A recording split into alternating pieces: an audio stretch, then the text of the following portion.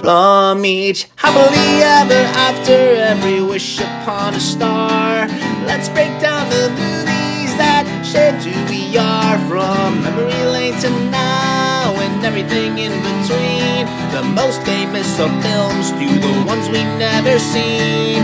Decade by decade, all the times we laughed and cried. And with a little pixie dust, they will all take flight.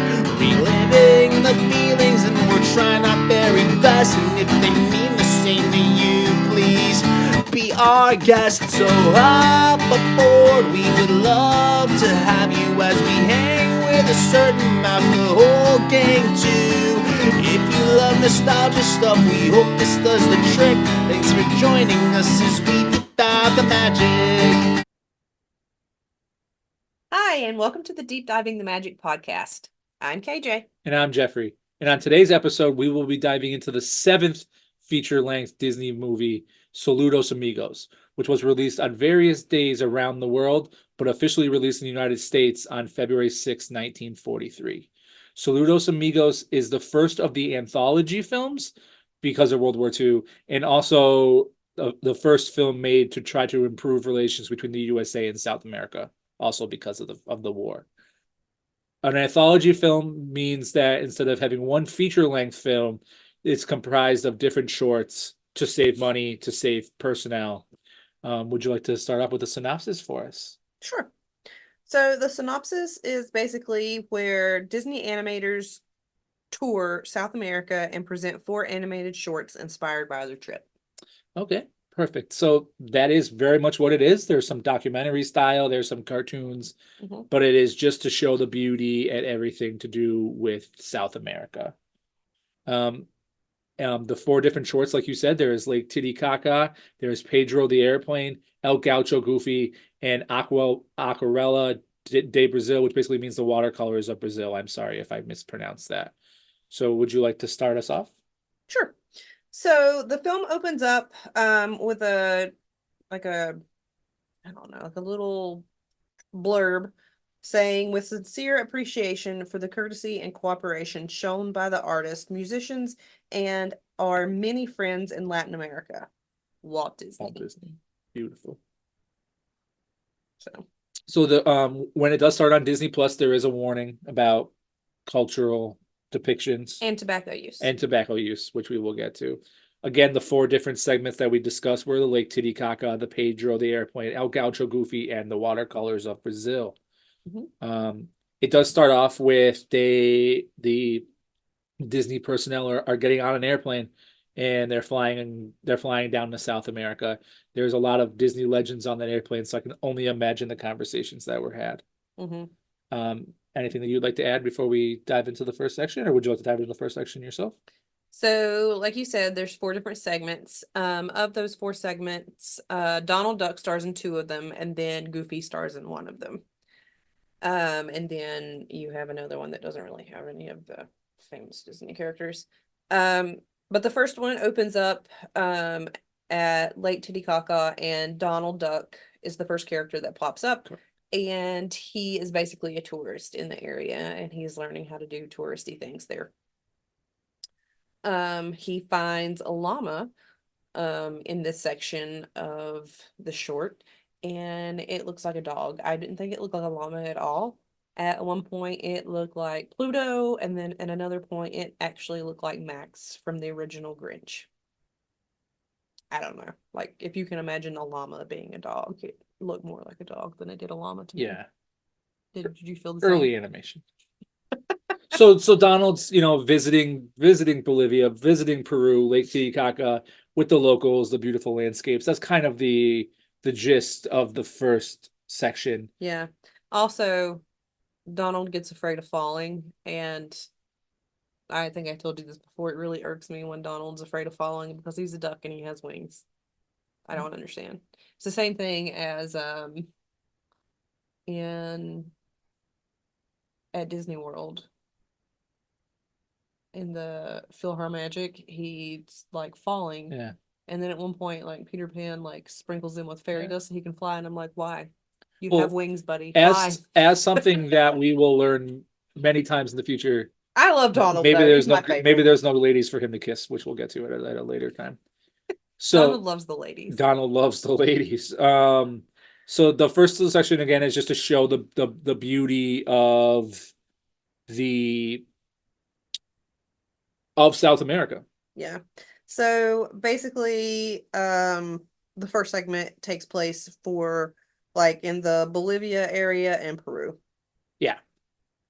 So then we move on to the next little section, which is the one that does not have any of the quote unquote famous characters already. That's when we meet Pedro, the little airplane. Yep. So that one actually, it's basically set at an airport near Santiago, Chile. And you see the mama plane, the dad plane, and then baby Pedro plane. And then dad's job is to deliver mail, but he can't deliver mail because he's sick. But this mail really has to get out. So that's when Pedro steps up, because I think there was something specific with mom's equipment, like something about it. She couldn't go on this journey to do it, so it had to be Pedro. So I'm not certain. I don't remember specifics, I but don't know the names of things it about was planes, but there was something that she couldn't do it. it allowed Pedro to finally get his first journey, Right. and he was very excited. And what they did during this short was they allowed us to see parts of South America on his journey to get the mail. Well, of course, there was some hijinks and there was some bad weather And a super scary mountain. Yep, some mountains. There was some birds that Pedro ran into. Again, whenever there's I would have been anxious as a child watching this. yeah.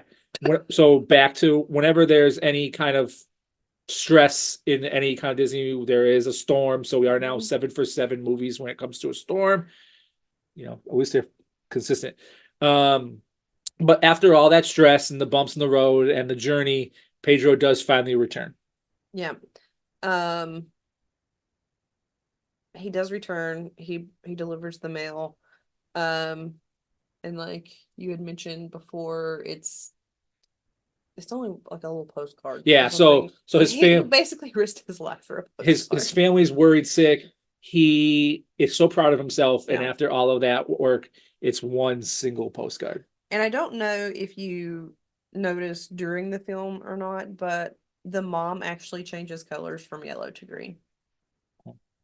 Stress, maybe she was worried sick. I don't. Yeah, maybe. I don't know. And then turning this plane into like more like humanistic features at the beginning. One of the things that I liked about it was him drinking gas out of the gas pump like a bottle. And then I was sitting there thinking, I wonder how much that costs. I was gonna say, if people think formula is expensive. So that's actually It wasn't that bad then though. Yeah, I did not look that up, but gross. So then after that section, we go over and the airplane full of Disney legends flies over, and they get introduced to gauchos, which are South American, or specifically Argentinian South American horsemen, and they kind of follow their ways, and they show a whole section about that, which turns into El Gaucho Goofy, which is an animated short where American cowboy Goofy is learning the ways of the South American horsemen. Yeah, so they basically take Goofy from Texas and they bring him to Argentina. And he's kind of learning the native gaucho ways. Yep, the clothing, the hijinks, the horse wrangling, I think at one point he is chasing after an ostrich. He's definitely smoking cigarettes, so hence the warning in the beginning. There is a famous picture cut out of this, which is where Goofy is sleeping on the horseback, and they use that a lot in Disney, just lore of everything of him sleeping. Anything you want to add on this section here? It's a whole nother clip of Goofy having a difficult time with a horse. It probably harkens back to like the shorts. And then like I actually enjoyed the slow-mo clip. Yep. So there's like slow motion animation of them chasing an ostrich. Yeah, or it appears that way.